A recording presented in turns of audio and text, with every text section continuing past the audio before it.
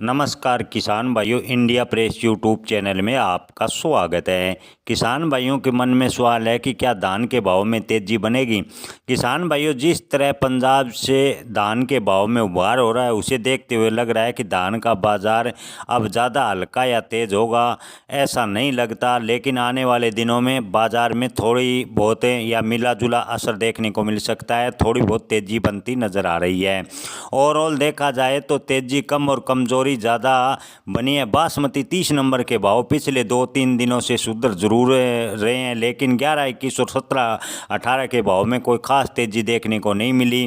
किसान भाइयों, पंजाब की अमृतसर मंडी में आपको बता दें कि 4465 के भाव के मुकाबले आज धान के भाव 4380 रुपये के आसपास आ गए हैं, यानी 11-21 के भाव में गिरावट देखने को मिली है। पंजाब की तरन तारण मंडी में भी आज 4500 के भाव ऊपर में 11-21 के बने हुए हैं, लेकिन बाकी पूरे बाज़ार में सुस्ती सी देखने को मिल रही है। बात करें हरियाणा की तो कैथल मंडी में जहां कल धान के भाव 11-21 के 4360 रुपये के आसपास थे, वो 2 दिनों में 42 के आसपास आ गए हैं, 4200 से ऊपर नहीं आ रहे। सिरसा मंडी में पिछले 2 दिनों में PB1 1509 के भाव में 100 रुपये तक की गिरावट देखने को मिली है। इसके अलावा समालखा, नरवाना, सफीदों, रोहतका, समाना, उचाना आदि मंडियों में भी छुटपुटे गिरावट धान के भाव में देखने को मिल रही है। किसान भाइयों, इस सीजन में 11-21 की आवक उतनी नहीं हुई जितनी पिछली बार हुई थी। इसके बावजूद भी 11-21 में कोई बड़ी तेज़ी देखने को नहीं मिली। इसी वजह से बासमती चावल के भाव सीजन की शुरुआत होने के बाद से ही लगातार नीचे की तरफ जा रहे हैं। 11-21 स्टीम चावल जो 8600 से 8700 रुपये के रेट से बिक रहा था, अब केवल 8350 रुपये के आसपास आ गए हैं। इसी तरह सैला क्वालिटी के भाव भी 8300 से 8400 घटकर 7850 के आसपास चल रहे हैं। इसी तरह 17-18 में भी कोई तेज़ी नहीं बनती नज़र आ रही। अक्टूबर महीने के आखिरी हफ्ते में 17-18 के टॉप भाव 7500 चल रहे थे, अब 7230 या 50 रुपये के बीच घूम रहे हैं। 17-18 सैला चावल भी इससे में बड़ी गिरावट हुई और सैला चावल के भाव भी 7400 से घटकर 6550 पर आ गए हैं। 1401 चावल का हाल भी कुछ अच्छा नहीं है। 1401 टीम चावल जो कि अक्टूबर में 7050 रुपये था, अब 6500 पर आ गया है। इसी तरह सैला चावल 6950 से घटकर 6400 के स्तर पर कारोबार कर रहा है। चावल को भाव को देखते हुए 1401 धान के भाव लगभग 3300-3400 के बने रहे हैं और बाजार इन्हीं स्तरों के आसपास घूम रहा है। बात करें PB1 की तो चावल PB1 के सीज़न की शुरुआत से पहले PB1 स्टीम के भाव 66 के स्तर पर चल रहे थे, यानी 6600 के स्तर पर कारोबार कर रहे थे। आज इनके भाव 5800 से ऊपर नहीं जा रहे। यही कारण है कि PB1 धान के भाव को 3000 का स्तर छूने में भी बड़ा संघर्ष करना पड़ रहा है। किसान भाइयों, अंतर्राष्ट्रीय स्तर पर होने वाली घटनाएं बासमती बाजार को प्रभावित करती है।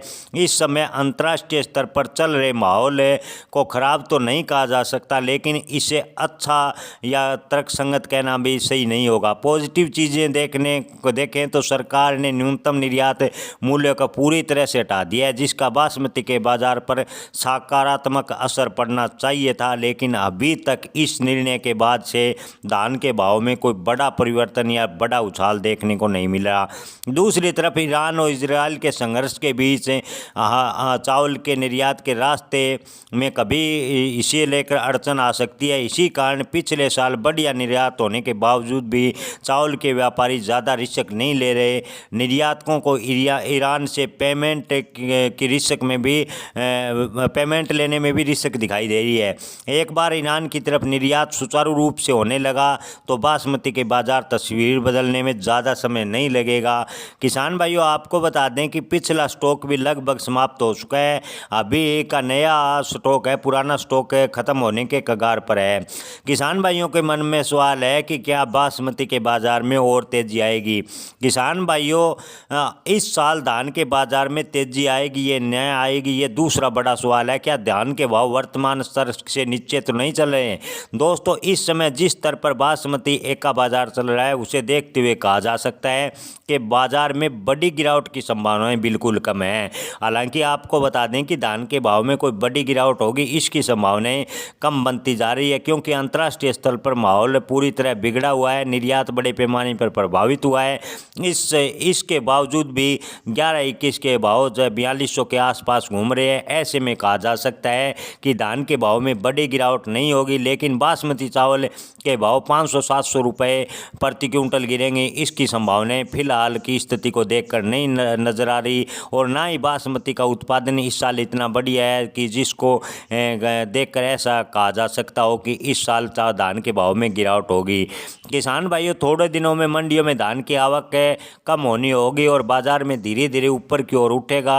बड़े थोक व्यापारियों का कहना है कि धान के भाव में बड़ी तेजी तो नहीं आएगी, लेकिन बासमती 11-21 के भाव 4200 से 4700 की रेंज में जा सकते हैं। जहां तक PV1 और 1401 धान का सवाल है, मध्य प्रदेश में चल रही ज़बरदस्त आवक के चलते बाजार में दबाव है। मध्य प्रदेश की आवक लंबे समय तक चलती है, इसलिए बाजार में भाव सुधार के लिए लंबा इंतजार करना पड़ सकता है, क्योंकि मध्य प्रदेश में जब तक PV1 1401 की आवक लगातार जारी रहेगी तब तक धान के भाव पर दबाव रहेगा और धान के भाव को लेकर लंबा इंतजार करना पड़ सकता है। 1885 11-21 के भाव का अंतर कम होता दिखेगा। किसान भाइयों, हर अब सप्ताह 100-200 की तेजी के में माल निकालते रहने में ही भलाई है। यानी अगर धान 11-21 1885 के भाव में 100-200 रुपये की तेजी बनती है तो धान निकाल देना चाहिए।